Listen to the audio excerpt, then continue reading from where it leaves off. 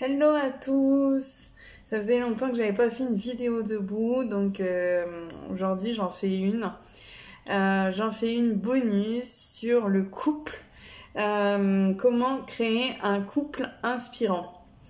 Alors, comme dans ma série de challenges que j'avais fait par rapport à ma formation David Laroche, je vous ai parlé de beaucoup de thèmes.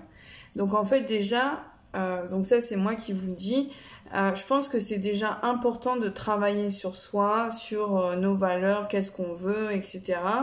pour avant de rentrer dans cette relation avec l'autre. Donc comment créer un couple inspirant? Je vous ai pris des notes, c'est pour ça que j'ai mon petit carnet avec moi. Donc c'est pour ça que des fois je peux baisser les yeux pour aller regarder mes notes. Donc déjà un point important, ça va être la communication. La communication, c'est primordial dans toutes nos relations. Un bon communicant, je vous l'ai souvent dit dans mes vidéos, c'est hyper important. C'est la base. Quand il y a quelque chose qui nous chagrine, où on n'est pas super bien, où on a besoin de mettre des choses au clair, ça va être important de le verbaliser. Sinon, on va créer la frustration, la colère et plein d'autres sentiments un peu négatifs. Donc ça va être important de se sentir libre aussi de communiquer, de pas être dans la communication parfaite et de dire tout va bien, c'est super, je suis hyper amoureuse, alors que non, il y a des choses qui nous conviennent pas. Ça va être important de se sentir libre, de pouvoir les dire sans forcément se mettre en colère et attendre le moment où on va ne plus en pouvoir et puis faire des reproches, faire culpabiliser l'autre, etc., etc. Ça va être important de parler au bon moment. Et aussi donc de mettre un cadre sans forcément mettre des règles à l'autre n'est pas un enfant, mais de mettre un cadre, de dire voilà, moi mes valeurs sont ça, les tiennes sont ça, comment on essaye d'être heureux à deux, que soi-même on soit heureux dans notre relation et que l'autre puisse être heureux dans cette relation. Au cas où, n'hésitez pas à aller voir la vidéo que j'ai fait sur la communication bienveillante où j'explique comment communiquer comment devenir un bon communicant. Donc ensuite, se mettre d'égal à égal avec l'autre. On est deux adultes, on se met d'égal à égal. On peut, des fois, en tant que femme, idolâtrer l'autre. Dire je fantasme sur lui, je l'idolâtre, je l'admire. Je l'admire, je le trouve magnifique, super intelligent, il est parfait. Et nous, on va se mettre en mode inférieur, en mode petit enfant, à peut-être se dire je le mérite pas, il mérite une autre fille qui va être plus belle, qui va être plus intelligente, qui va être plus... Et donc en fait, c'est important de se remettre au même niveau que l'autre. L'autre est aussi un être humain. C'est pas parce qu'on l'idolâtre, c'est pas un dieu, c'est un être humain, nous aussi. Et c'est pas parce que on aime l'autre pour ce qu'il est que nous, on est forcément inférieur. Donc ça va être important de se valoriser aussi dans le couple parce que l'autre nous a choisi et c'est qu'il nous a choisi pour une bonne raison. Donc des fois, ça peut arriver quand on passe cette phase de tout est beau, tout est merveilleux, qu'après là on commence à travailler, à se dire il mérite pas, ou inférieur, ou l'inverse, se dire prendre le dessus. Ça peut arriver qu'on prenne le dessus, qu'on prenne le pouvoir et qu'on se dise je suis meilleur que lui et rabaisser l'autre. Et donc du coup en fait on aura une meilleure relation avec l'autre si on se met d'égal à égal et qu'on se rappelle pourquoi on l'a choisi, qu'est-ce qui nous plaît chez lui, mais qu'est-ce qui me plaît chez moi, qu'est-ce qui me plaît chez moi aussi, de se dire de se mettre vraiment au même niveau. On est au même niveau, on est deux adultes au même niveau. Donc ça va être hyper important. Et aussi de se permettre de s'autoriser de vivre des choses dans cette relation. Donc point suivant, point important. Pour les personnes qui regardent cette vidéo et qui veulent un couple inspirant, mais qui sont peut-être célibataires, qui veulent travailler sur cette énergie-là. Donc, j'avais fait une vidéo sur l'argent et je pense vraiment que l'argent et l'amour sont deux énergies qui sont vraiment très proches. Et on donne, on reçoit, on donne des choses, on reçoit de l'argent où on donne de l'argent et on reçoit quelque chose en échange. C'est un peu comme l'amour. L'amour, on donne de l'amour, on reçoit de l'amour. Pour moi, c'est une énergie qui va être pareille. Donc du coup, pour les personnes qui vont être célibataires, ça va être important si on a du mal à être seul. J'en ai déjà parlé à des personnes que j'ai accompagnées qui avaient beaucoup de mal à ne pas être seules. Par exemple, des hommes, ça peut arriver chez les femmes aussi, mais des hommes, par exemple, qui vont passer de la copine à la maman. Et après de la maman à la copine. De copine, maman, maman, copine, copine, maman. Ou copine, et on change de copine, mais on a du mal à être seul. Si vraiment on n'a personne, on va aller vers les amis, etc., mais avoir du mal à être seul. Ça va être important, en fait, de pouvoir se retrouver seul. De pouvoir se retrouver seul face à soi-même pour déjà savoir qui on est et savoir qu'est-ce qu'on veut dans la relation. Qu'est-ce qu'on veut dans ces relations. De pas devenir accro aux relations pour être en relation, mais de savoir qu'est-ce qui nous tire vers le haut dans la relation et qu'est-ce que nous on peut apporter à l'autre. De vraiment savoir déjà en se retrouvant seul et de se dire moi qu'est-ce que je veux apporter à l'autre, qu'est-ce que je veux que l'autre m'apporte. Ça va être important.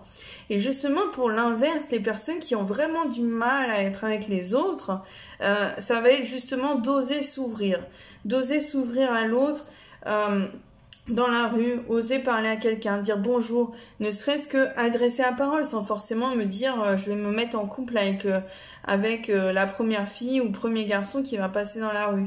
Mais déjà de se dire je m'ouvre aux relations, j'accepte de me laisser surprendre par des relations dans la rue, dans un café, sur la plage ou même des contacts qu'on peut avoir, des messages qu'on peut recevoir.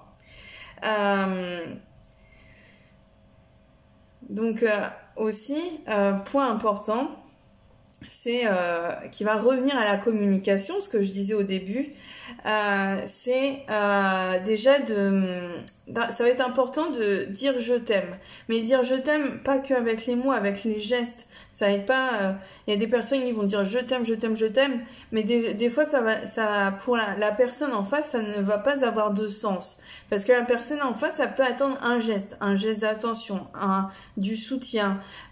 Pour elle, ça va être ça une preuve d'amour.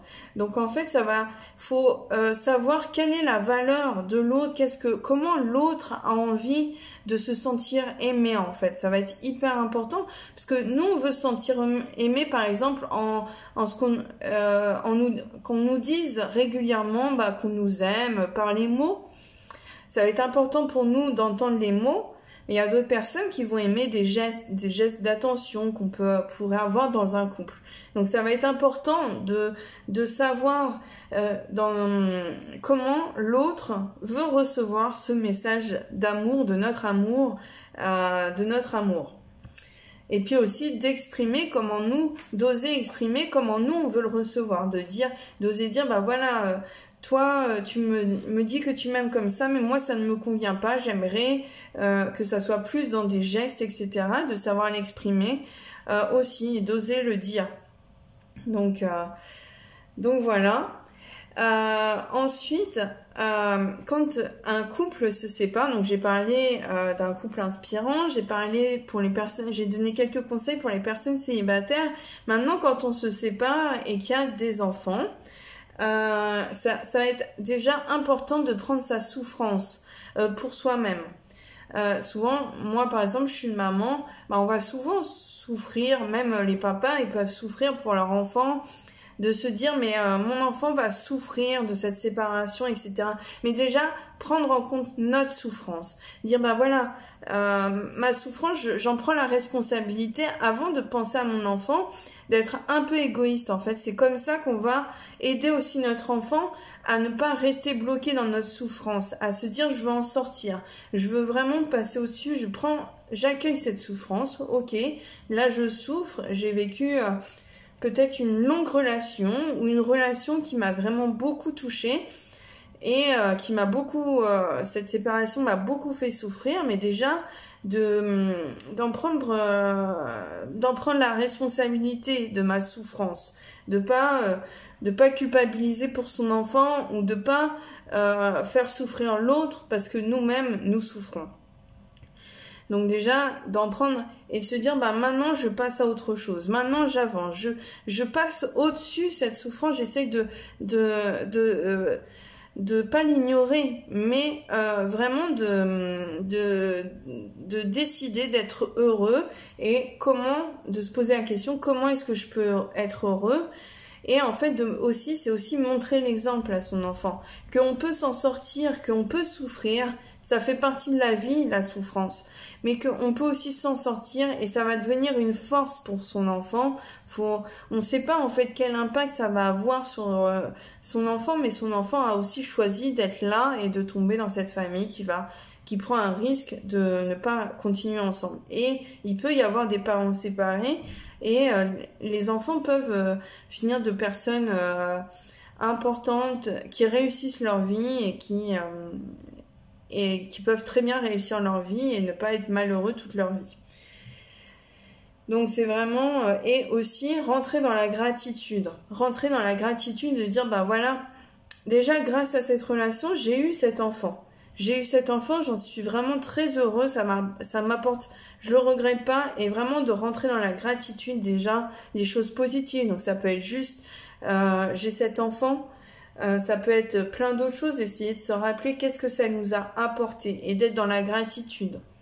Donc voilà. Donc moi par exemple, je me suis séparée, ça m'a aidé à beaucoup de choses, ça m'a aussi poussé à être qui je suis aujourd'hui, à oser entreprendre, ça m'a poussé à faire plein de choses et sans cette relation, parce que je suis plus avec le papa donc il y a des personnes qui ont pu le voir dans mes vidéos, des personnes qui me connaissent aussi, mais moi ça m'a poussé à oser par exemple faire cette vidéo sur le couple, faire des vidéos, faire tout ce que je fais, ça m'a poussé à réaliser mon rêve, à être un exemple pour ma fille, à dire moi j'ai envie de dire à ma fille sois heureuse et d'être cohérente et d'être aussi heureuse dans ma vie et de pas souffrir et dire à ma fille bah je te souhaite d'être heureuse mais au fond ma fille voit que je suis malheureuse, que je suis triste, et donc du coup vraiment moi ça m'a apporté ça m'a apporté beaucoup de force et du coup d'avoir ma fille aussi ça me pousse à être meilleure pour elle. Donc voilà. Donc il y a beaucoup de sujets dont j'ai envie de parler là-dedans, mais déjà un couple parfait ça n'existe pas, mais un couple qui va être parfait, qui peut être parfait, moi en tout cas à mes yeux, ça va être un couple qui nous challenge, où on se sent challengé, il y a une partie où on se sent soutenu par l'autre,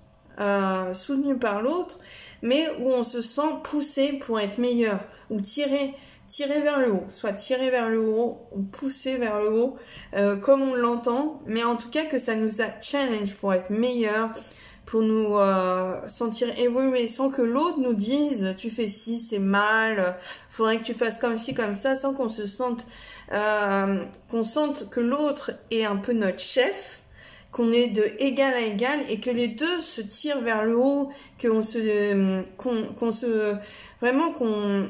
challenge pour être meilleur, mais ensemble, sans faire des reproches à l'autre en disant c'est pour ton bien que je te fais ça.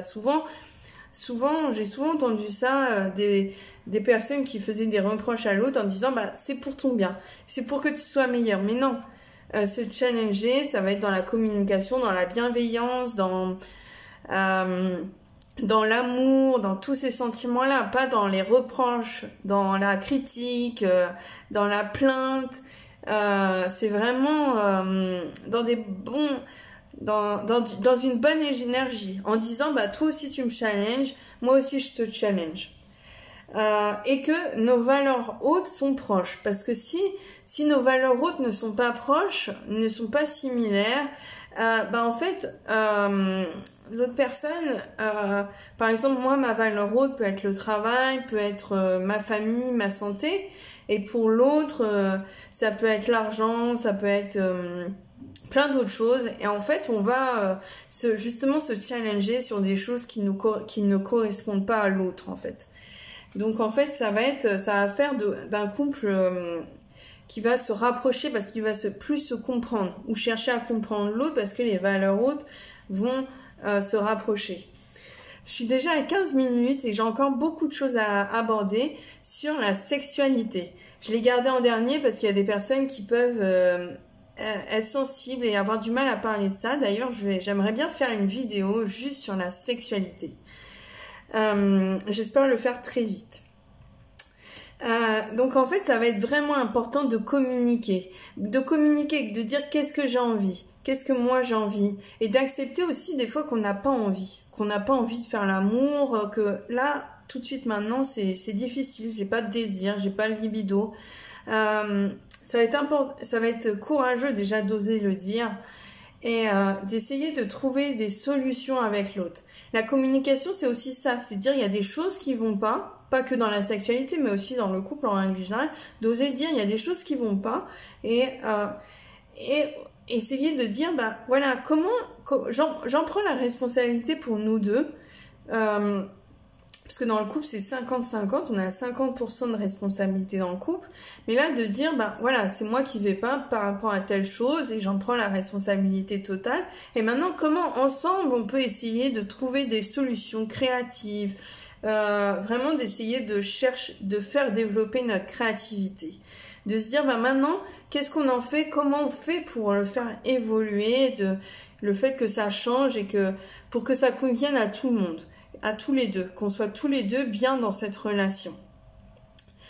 Et vraiment d'essayer d'écouter, d'être dans l'écoute des besoins et des envies de l'autre et d'oser dire moi j'ai besoin de ça, j'ai envie de ça et maintenant avec nos besoins à tous les deux, comment est-ce qu'on fait?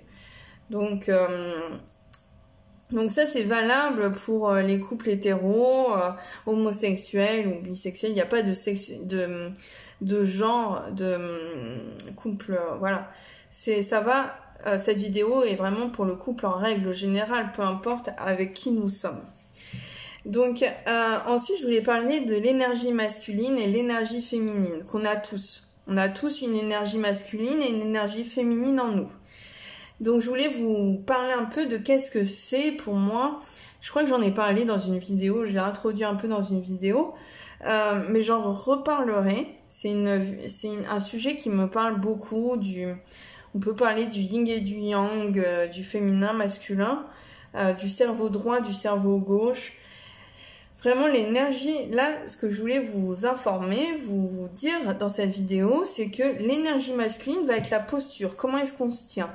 Ça va être vraiment tout ce qui va être matériel, physique.